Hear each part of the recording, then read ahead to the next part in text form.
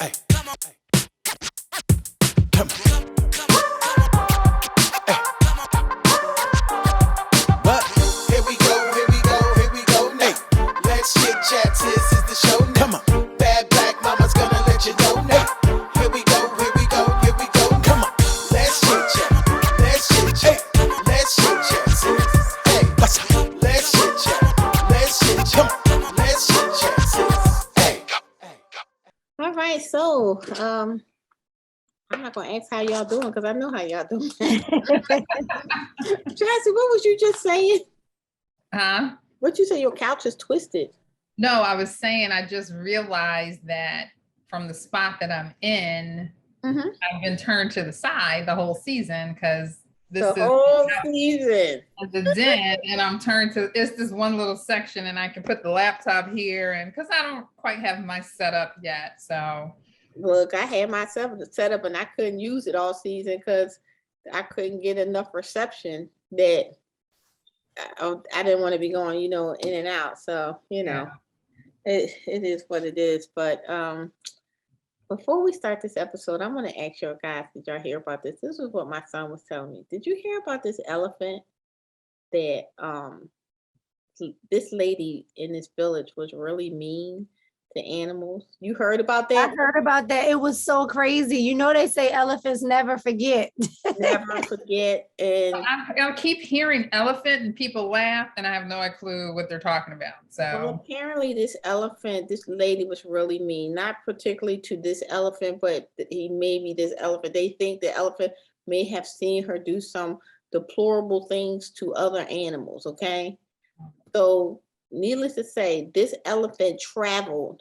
This lady died, okay? This elephant traveled to the lady's funeral and dug her up and threw her body out of the hole that she was put in. Because it ain't like a real casket like us, because they're just in shrouds and things like that. was she a village worker or she lived in the village? She lived in the village, and they said that this elephant traveled to this location of this was a black woman. This was an African woman. I don't know what she was, but I just know probably in that location she probably was. But the moral of the story is you may want to do right. Right? You may want to do right let me rephrase it. You just may want to do right because I'm sitting here saying to myself, and the reason why I asked if she lived in the village is because usually Africans are very respectful of the animals, especially from their area. So I'm very surprised to hear the animal travel. So maybe she was from somebody else's little area that she went somebody. You know how people come and get messy in your house and then go back home. So I don't know what this woman did, but dig you up from the grave and kick you up and throw you like wait, your ass ain't going in there bright about yet. I got one more score to settle with you. Let me put this little tusk up in your soul, but it sure is your body, and I'm gonna have my way with it. Yeah, that was a little. Me and my son was talking about it. He was like, "Mom, did you hear about it?" I said, "I heard little bits and pieces," and when I was reading about it, I was like, "Yo, this can't be true." I was like, but then I said, "Well, I mean, he got the elephant got large tusks. Yeah, it ain't like he can't get the elephant can't get you up out the ground. You know what I mean?" So I was like, "Wow, just don't mess with elephants, y'all." Sometimes I'm always missing the punchline, so I was just kind of like, "Yeah, something's going on with elephants, and I don't get it, but it's okay." Yes, that's what was going on with elephants. All right, so that was a little dry.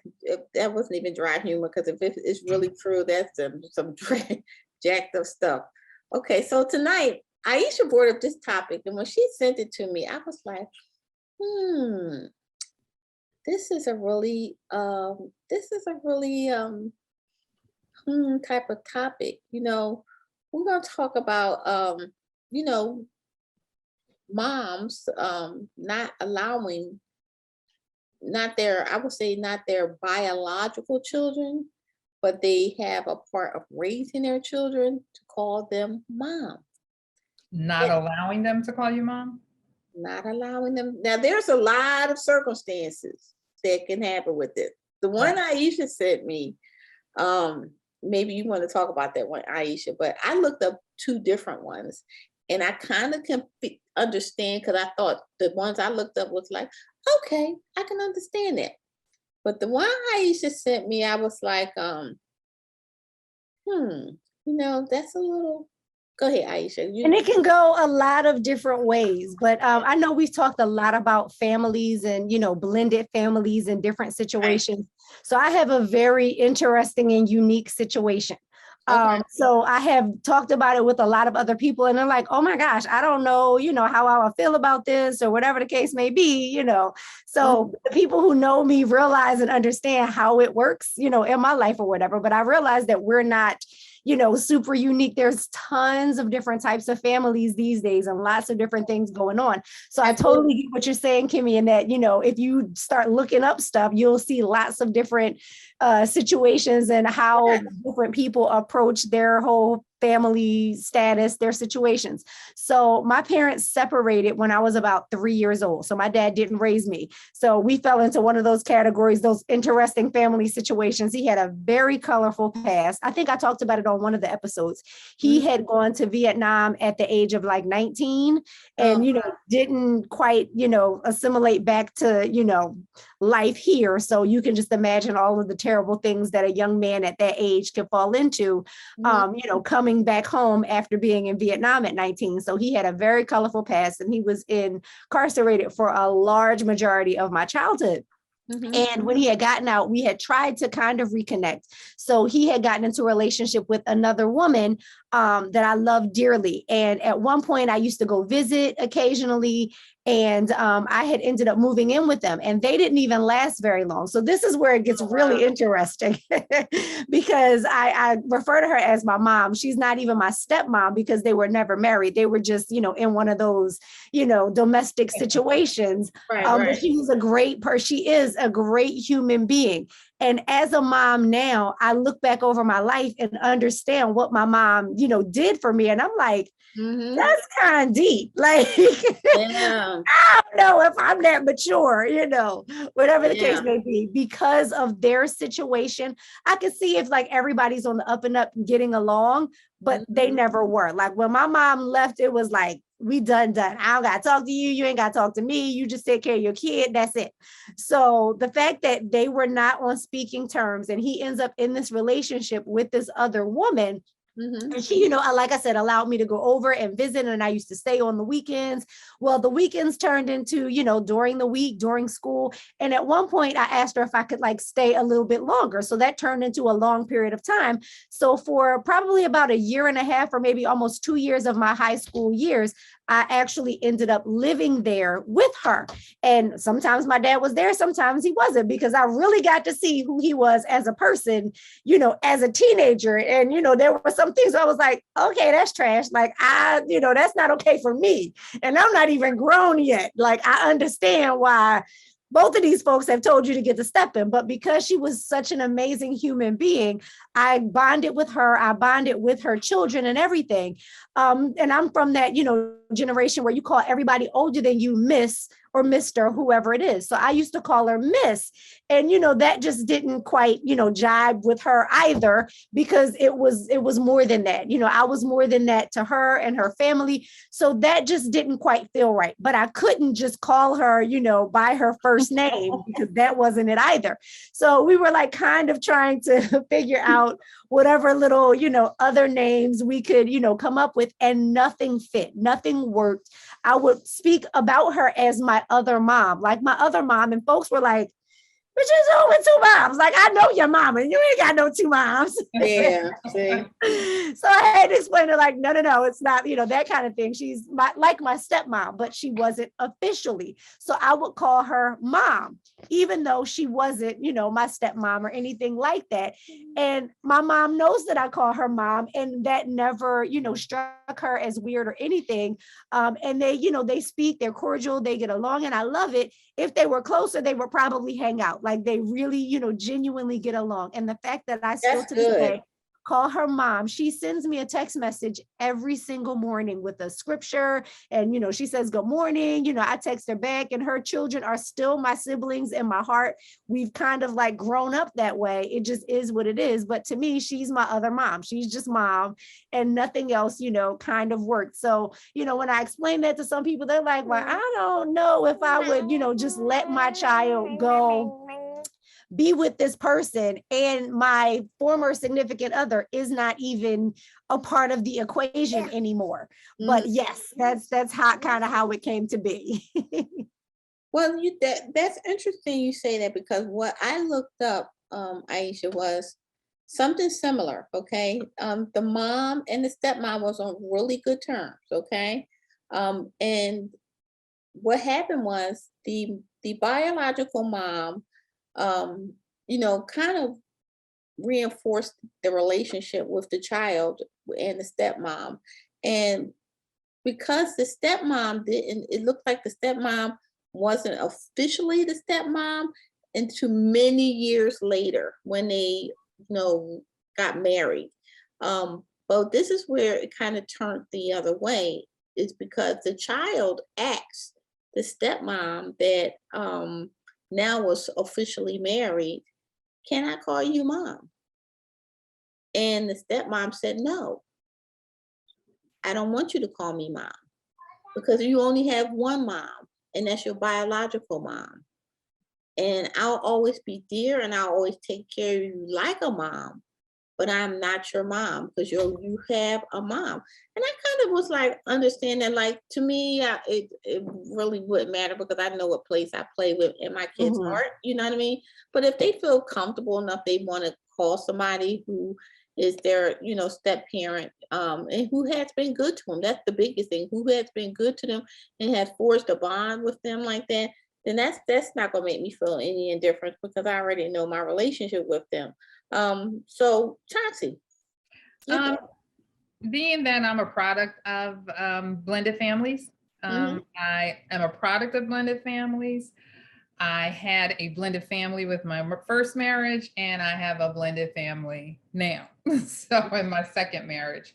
So yeah, I would say that I could speak to this, because with those different types of blended families, then you have all of this other extended family. And what I would say to any of this is, it all boils down to what your comfort level is.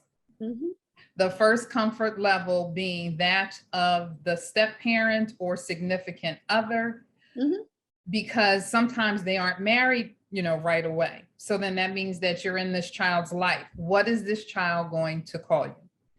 I think that using Miss and Mr. is very appropriate. However, it's appropriate till you get to a certain point. What do I need to call you now? Because you may go somewhere with the child where the biological parent is not there. It's a little kind of iffy if you're calling me Miss or Mr., but then you also get to make these decisions absolutely that need to be made for that child at that particular time or moment.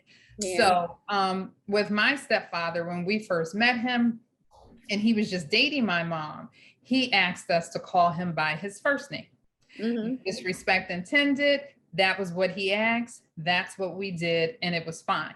Many years later, he and my mother got married. Most of the time we still called him by his first name, but then for short, we just started calling him Pop. Well, because I called my dad, it was, if you heard me speaking, it was but when I spoke of him, I used his name. But the way that we said his name, it becomes a song, right? So because we all were so close, then it's almost like when we say Nate, it's like singing a song, and it's like saying Dad. It still had a different sound to it. It had a different feel to it when we used it. And we could not have loved him anymore had he been our biological father. Right. My dad was in several relationships after he and my mom ended. Well, he had been married a few times. And I always called them by their first name, because that's what they said to call them by. But again, I took the cues from what it was that they wanted. And again, you want it to be organic, because you want the feelings to be from the child as well as from the step parent. And whether they've actually married or not, that's more of a legal thing, but we still stay step parent because in essence, that's still what they were. And for my stepmother now, she and my dad have been together over 30 years. But the difference is she's only 12 years older than me. So then now, because of that type of age difference, it's kind of hard to start calling that person mom, right? Even though in many ways she had, that kind of relationship, a motherly relationship with me, as well as a friend relationship. I think it's harder when you have adult children and you marry or remarry, and then that parent's like, oh, we'll call them mom or dad. Yeah, that's not really working. No, because I don't think that makes any sense. I mean, I don't think it's disrespectful, but you really don't have any partaking in the actual raising or rearing of that person. They're grown. Yeah, and my stepkids, even the ones who were much younger that, I played a part in their life, they call me by my first name. But when I hear it and I hear it from them, it could be mom. I still feel. Because it sounds like a mom, doesn't it? The tone is like a mom, That's all that matters. But I think do what people are comfortable with. However, I have on the flip side, run into people be like, well, is that your real family? What you mean? Meaning my, extended family. So when I talk about my stepfather's sisters and stuff like that, I just say, aunt such and such, aunt such and such, aunt such and such. And they'd be like, oh, but is that your real aunt? Oh, it's my aunt. What you mean is my real aunt? Right. People start, but then that's those kind of people that they feel that way. So now when they're in the situation, you won't be so surprised when that other child is calling them miss or whatever they choose to call them, because they don't want them or they make a difference. And to me, there is none. Absolutely. And I think you hit it. Oh, go ahead, Kimmy. No, go ahead. Because I when I'm going to throw a twist in both of y'all. I was just going to echo what you said. I think it definitely boils down to intention and communication. And I think my mom and other mom, they handled it so well. Just the conversations that they had and the communication, and that my voice was heard in what I wanted out of the situation and the close relationship that I wanted to have with my other mom, and that the intentions on her end were pure, in that, I'm just going to take care of your daughter as if she's mine. I'm not trying to, overstep in any way or anything like that. Is there anything that you need for me to know when she's in my care or anything like that? Like, those conversations were just happening. I was always able to kind of talk to my mom while she was there. We're all in the same, in the same room talking with one another, so that there were no, awkward moments. If I had questions, I could voice my concerns with both of them. So it was absolutely innocent. And, I have some friends who have situations where they feel differently and they don't want the child to call them mom because they feel a certain way about the other woman. And that plays a lot into it as well. Bing, bing, bing, bing. That's what it is. Yeah. There you go. And I'm just going to say, I was leading into to that, because I think it goes back to what you both said. I think that it's really based on the relationship that you have. And it's not just with the child, because sometimes it's with the biological parent. You see what I'm saying? The mom, and I always say this because I'm a mom, and my kids, their biological dad, he has remarried several times, and so I never made him feel that he couldn't take Joe and Jose around, his significant other.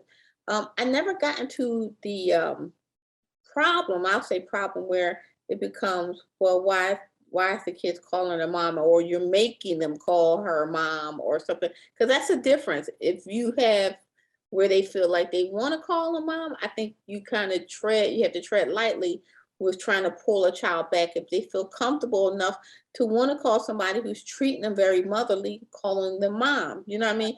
But if you have someone else trying to make them call someone mom. You know what I mean? Right. I think that's where you can get it can get a little dangerous, where to the point where relationships can become now broken because the mom is going to be a mama bear all the time over her kids. You know what I mean? Absolutely. Because if you got the mom title, then you got the mom territory too. You see Right. what I'm saying?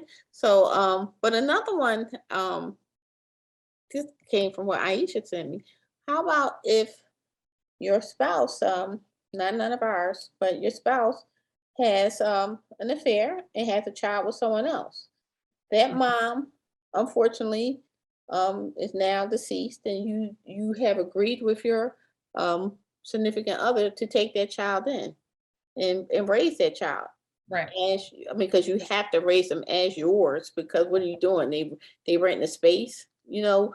So, but you don't want the child to ever call you mom.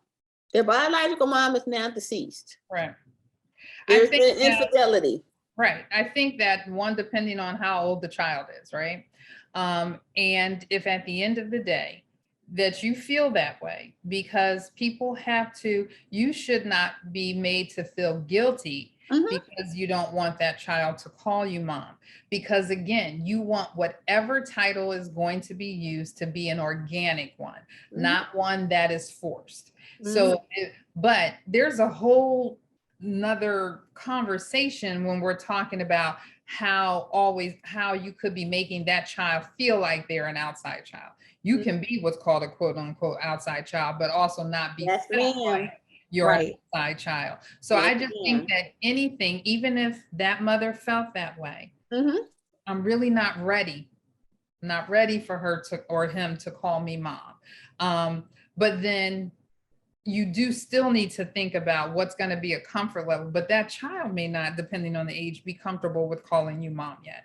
And so, yeah, not forcing things on them because it's going to look good to people. But a child comes into your house, heck, you can adopt a child or foster a child, and you still don't expect them to come in and call you mom, right? So I think that comes into play. But when you were speaking about the situation and how a father feels about that ex or how that ex feels about the father can determine how they want the child to address the step parent. And what comes to mind is the story that I was reading a few years ago about Alicia Keys and Swiss Beats. Yeah. And so he has a child with another woman who lives over in England or whatever. And apparently she has some serious issues. She doesn't want her child calling Alicia mom or whatever, variation of mother that she was calling her. And she was saying that she's been overstepping her bounds or whatever. But even in listening to it, I could tell that it had to do with her relationship with Swiss Beats and her really not liking the fact that Alicia is her stepmother. And so she can say that it's not, but that's how it comes off. And so you don't want her to do this, and because then now here comes, you're trying to take my place. You want to be this happy family, and then I'm over here, and then I'm forgot about. And I can see how some people could feel like that, but I think that it shouldn't matter, because as long as that child isn't coming home saying, well, now I'm not going to call you mom because I'm calling her mom. Yeah, and I think that was a real good topic that you brought up, because I think Alicia Keys has because it was two women. One was the ex-wife. The Right. ex-wife of her had it out in the beginning. Right, but they're fine now. They came a very close But this family. one was just an This ex. one, yeah, this Mhm. one, and you kind of say to yourself, Lord, you know what I mean?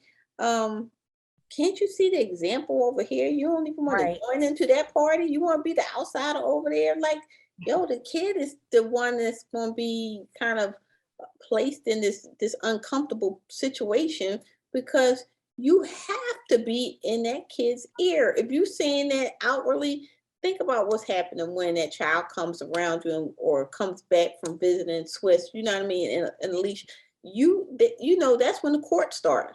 What happened? What's going on? What did she say? Blah blah blah. You know what I mean? And that's where it makes it hard. And I can tell you Yes. myself, I have been a part of a blended family with both of my husbands, and I could tell you, it is not an easy task. It is not an easy task because I could say with my kid's father, he had one son that was older. And, I always felt like, because I always loved children. It was just, it was always, I had a big family and always loved kids. But it wasn't the mom that was kind of throwing the monkey wrench. It was like my ex-husband was, because it was like he was afraid for me and her to even communicate. Oh yeah. And Oh yeah. communicate. And that was like really kind of messed up. It took he became grown where we start talking, because my kids always was asking, because I kept teaching them about him. It's so wrong that years get missed because of what people do, because they're so self-indulged. You know what I mean? But I don't want to make this about me, but No, it's not that. Well, because what you're saying is, see, sometimes we have to practice a certain behavior, whether we want to or not. And sometimes practicing that behavior changes our heart and leads us in a better direction. And I say that because it's hard to separate our feelings or put our feelings a priority over our children's feelings. If you're a good parent, right? But most times you have to do that to be the best parent you can be. Absolutely. You have to put your feelings in the forefront, but not the negative feelings, right? Right. So sometimes we have to bite our tongue, swallow our pride, do something for the greater good, so that good comes from it. And that might be opposite of what we really want to do, but it's still right that we do it.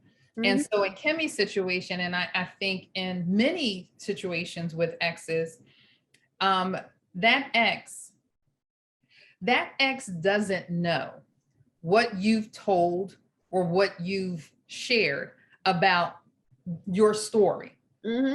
So now it's kind of like, okay, and then I don't want you sharing our story with this new person. So then there's all this interference, but it's really just about that. It ain't really about the kids calling by mom. It's really not about the two of you developing a rapport. It's simply about everybody don't want their past to be told. And that's so simple, because I say anybody who knows me, I'm going to blow right past that stop sign, because honestly, I don't know. Here's the thing, right? When we have exes, they know us to an extent, but they really don't know us. That's why they're our exes. So they don't give us credit sometimes for who we are and what you know what? I know she's not like that. So I'm not really worried. You know what I mean? I'm not going, whatever happens, let it happen. And then kind of go from there. But then you have the people who just really want to force this picturesque family on a situation. And that's where all those titles come from. Oh, call her mom, call her. Okay, I don't want to call you mom. I was watching the Cosby Show that time. And when Sandra and Elvin came home and and he was saying Dr. Huxtable, and she was like, Elvin, you can call him dad. And he was like, oh, I can call you dad. And he was like, no. No. And she was like, yes, you can. And I said to myself, but you can't tell your dad that your husband can call him dad. He don't feel that way yet. Or he may never feel that way. That's his father-in-law and not his dad. So it's a silly, example, but still an example nonetheless, how somebody else can put something on you that you're not ready for, right? Well, I'm gonna say this much. I think we gave great explanations on why. I think we gave a lot of root causes of why. But on the flip side of this, when we say we don't call me mom, you know what I mean? I think it's also we miss a big chunk of why children call us moms in the first place. You see what I'm saying? Because one of the biggest things that you have the grandmom figure in church that you may call mom, you know what I mean, or grandmom, you know what I mean. your neighbor or something who maybe watched you when you were a little person, you know what I mean? A Your whole friend, bunch of children's people. friend. Yeah, I your think that relationships make it so so strained where, you know, that mother figure is that, I'll go back to your book, Aisha, that queen, you know what I mean? And everybody can't get a queen title. Some people are mothers and they don't act like mothers. You know what I mean? They don't. So, Mhm. you know, what is their kids supposed to call them? And there's some kids not even calling their mother's mother. They're calling them something else, you know. Yeah. So, you know, I think that when this was a really good episode, and I think that when people hear this, I think it'll be really relatable, especially when we come down to blended families, you know what I mean? And I think a lot of times women just hold in the hurt that they feel because I think that women may be naturally, and I'm gonna say majority of women are naturally motherly, because I don't know, in my lifetime, I haven't met a lot of women who are not motherly beings. And I say motherly beings doesn't mean that you have to have a child, but you have just the nurturing aspect. nurturers. Right. Women were nurturers. Right. Yeah. So I just- yeah, I don't know too many of them. If I do, they I got rid of them out my life because they would be considered dangerous. So I say that because men have a protective nature, mothers have a nurturing nature, you know what I mean? And it doesn't have to be because you birthed a child, you know what I mean? If you see some child in some kind of way, you use your stick up, stand up, and protect and bring that child into the fold. So the reason why I say that is I don't want to be remiss and hit the part where some people don't want to be called mom because they are bitter. You understand what I'm saying? They're bitter. Yeah. I don't think it's that remiss. I think it's that because that's not our situations. It's hard to speak to a situation because even a bitter person, that may not be the reason why they don't want the child to call them mom. No, but I don't want to stray from that. But they Right. don't want to be called mother because they are bitter. If you have your husband bring, and I know people who are living this situation as of today. If you have your husband bring a child outside your marriage into your marriage, you may be motherly to that child, but that may not mean you won't be wanting that child to call you mom. Right, At all. but I don't want to give the connotation that in that situation that the woman is wrong. Absolutely. I'm not saying that at all. She's not. Yes, she's not wrong because that's your feeling. It may not even be bitterness as it's still hurt. It Mhm. takes us so much time to manage that hurt and to deal with it. And it's amazing how it can come through as one thing, as being bitter or something else. But that would be a lot to take in. And it would, like I said, depending on the child. Remember the play and the movie Mhm. Fences? That's what happened with Troy and his wife. She took in a child that was not hers. But what did she tell him? I'll be a mother to this child, but I will not be a wife to you. But see, I won't that's sleep the with point you. that I was getting to. I think that women are motherly to that point, but I agree with you, Chauncey. People have to get over their bitterness. Some people don't never get over bitterness. You know what I mean? That's the Mhm. essence of reality. If my husband brought in another child from somewhere else, I will be honest with you. I will always have my children connect with that child because that's their sibling. I would connect because I don't, I'm not gonna hold nothing against a child, but he gotta go. You know what I mean? That's not gonna be you can't be redeemed in my eyes. Because I'm not gonna hold bitterness in that fact. But there are people that have spent their whole lifetime feeling betrayed, you know what I mean, and still serve the role as a mom. You see what I'm saying? They still serve the role as a mom, just like in Fences, you know what I mean?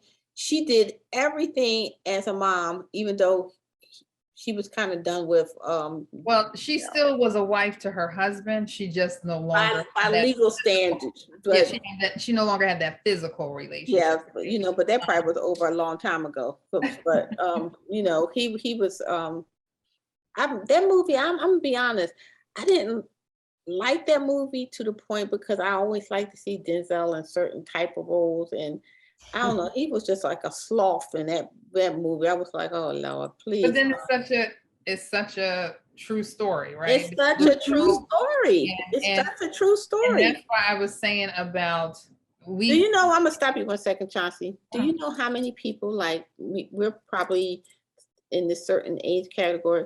Do you know how many people, like, are products probably in our grandmom's age and are products of that. are Mhm. products of that? And like, it was just to be accepted. You see what I'm saying? Like, But that's again- just nothing. Right. But again, the thing is, you did what it was that you had to do. In that situation from Fences, she took this child in as an infant. This was not a toddler that came in. It was not an adolescent that came in. It was an infant. So she had her from day one. So so I'm gonna play the devil's advocate, okay? All right. And don't act like it's yourself. Okay? I need to wrap this I think that up. makes a difference though. That matters for as far as I'm concerned. Okay, so your husband bring home the 12-year-old. Okay. Mom has passed away. Now Okay. that depends, because have we been married for longer than 12 years? You've been married for 20. I done gave you some years. Now I got some issue.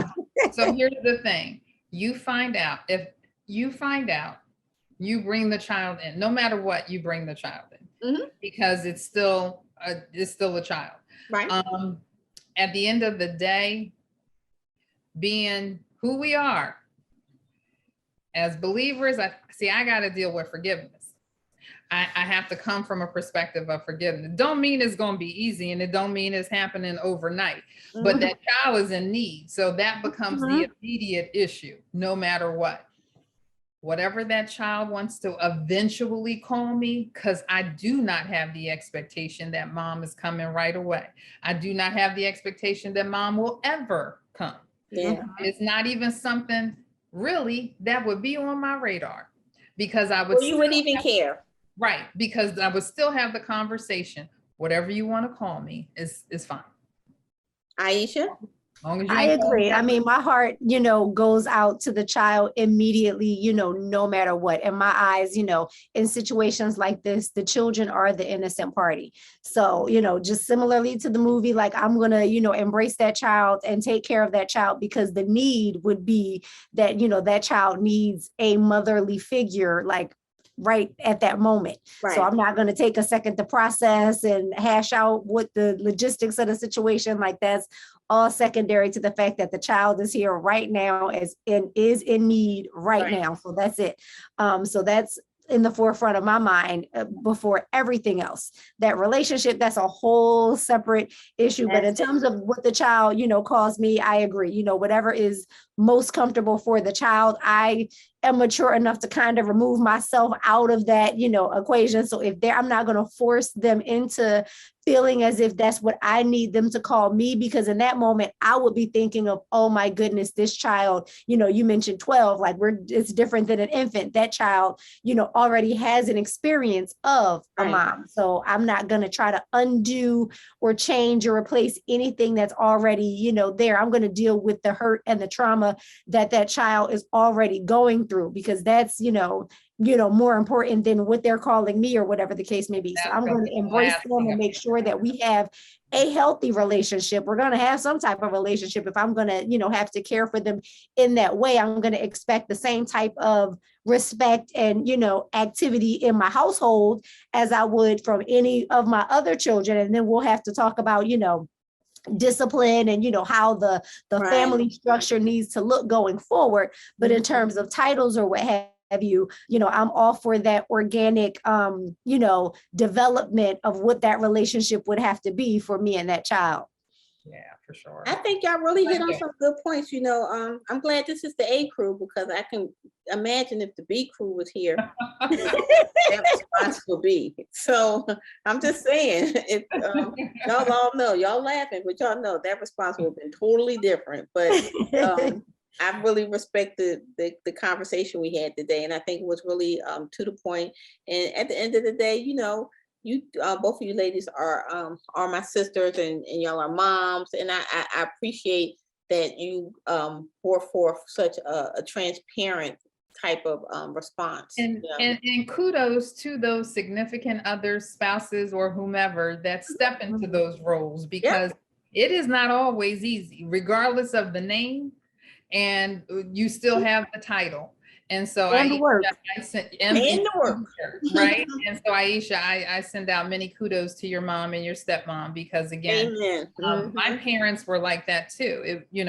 My mom always made an effort, and she did not make decisions when it came to us without discussing it with my father, who was 3,000 miles away. And then sometimes my father and my stepfather had a discussion before anything was taken care of at home. Because even though a man can't master two homes, I'm giving you the respect, or I'm asking the permission to chastise your children, or to, punish your children, whatever. So, but we know everybody's not mature like that, or it doesn't come right away. So sometimes it comes, but it don't come right away. It doesn't. So, final words, ladies. I just That say, was it, Chauncey. That was spot on. just love on them. We all, that's what we're here to do. We're just here to love and support, and, be respectful. And so any couple, any family that's going through that or whatever, let that come naturally. Let it be organic, whatever it's going to turn into. Just make sure from the beginning that you respect the child respects you, and that there is love and respect in that situation. And whatever it's going to be, it will turn into the right thing.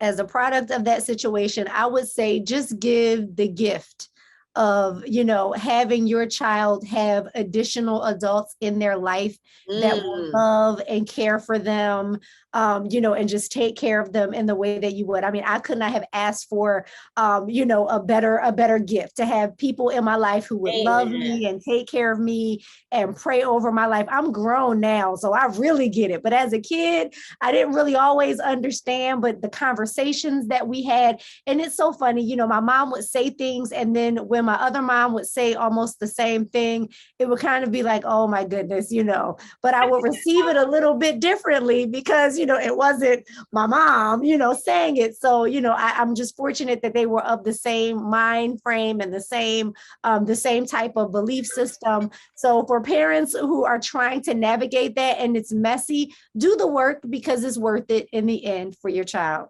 Absolutely. Absolutely. Wonderful episode, ladies. So thank you again. As I said, you guys always bring it, and I appreciate it. So join us every week on the porch, Wednesday, whatever time I drop the episode. It's coming. It's coming. It's Wednesday.